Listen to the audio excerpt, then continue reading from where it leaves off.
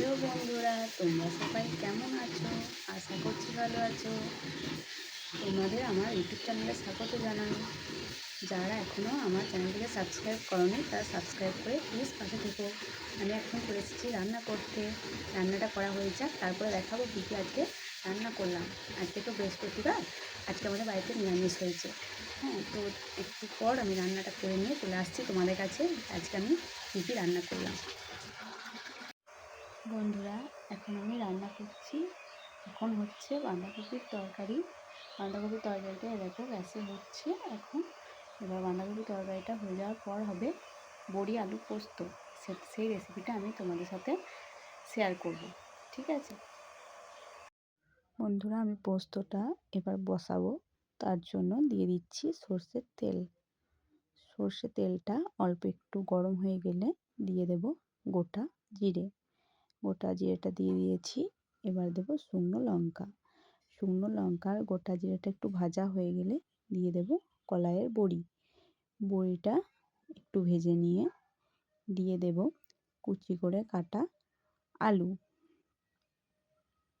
আলুটা দেওয়া হয়ে গেছে। এবার সব কিছু একসাথে ভালো করে একটু নেড়ে নেব। নাড়া হয়ে গেছে বন্ধুরা। এবারে একটু কালারটা আসার জন্য দিয়ে দেব অল্প হলুদ আর পরিমাণ মতো নুন। দেওয়া হয়ে গেছে। এবার ভালো করে একটু ভেজে নেব। ভালো করে ভাজা হয়ে গেছে বন্ধুরা। এবারে দিয়ে দেব টমেটো কুচি আর চেরা কাঁচা লঙ্কা। দেওয়া হয়ে গেছে। এবার ভালো করে একটু ভেজে নিতে হবে। তারপরে দিয়ে দিতে হবে, আর একটু থালা ঢাকা দিয়ে দেব। একটু সেদ্ধ হয়ে গেলে, বন্ধুরা সেদ্ধ হয়ে গেছে। এবারে দিয়ে দেব আগে থেকে শিলে বেটে রাখা পোস্তটা। দেওয়া হয়ে গেছে বন্ধুরা। এবারে একটু বাটি ধোয়া জলটা দিয়ে দিলাম। এবারে ভালো করে একটু নাড়াচাড়া করে নিতে হবে। নাড়াচাড়া করা হয়ে গেলে দিয়ে দেব শিলের ধোয়া জল। শিলের ধোয়া জলটা দেওয়া হয়ে গেছে। এবার একটু ভালো করে নাড়াচাড়া করে ফুটলে তারপরে থালাটা ঢাকা দিতে হবে।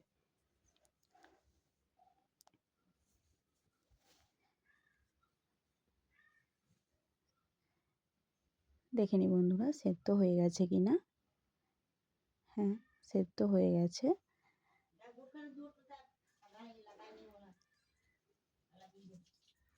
এবার একটু সর্ষের তেল দিয়ে দিয়েছি। এবারে এটাকে নামিয়ে নেব। নমস্কার বন্ধুরা, যদি আমার ভিডিও ভালো লেগে থাকে প্লিজ চ্যানেলটিকে সাবস্ক্রাইব করে দেবে। আজকে দেখো বন্ধুরা কী রান্না করেছি।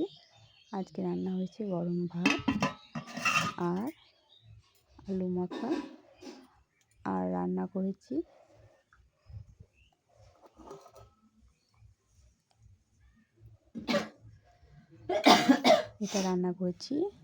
লাল আলু টমেটো দিয়ে চাটনি আর সর্ষে দিয়ে সিম ভাজা। আর এটা পোস্ত, বড়ি আলু পোস্ত করেছি। আর এটা হয়েছে গাজর আলু দিয়ে বাঁধাকপির তরকারি। আর যেহেতু নিরামিষ বন্ধুরা, তার জন্য কটা পাঁপড় ভাজা আছে।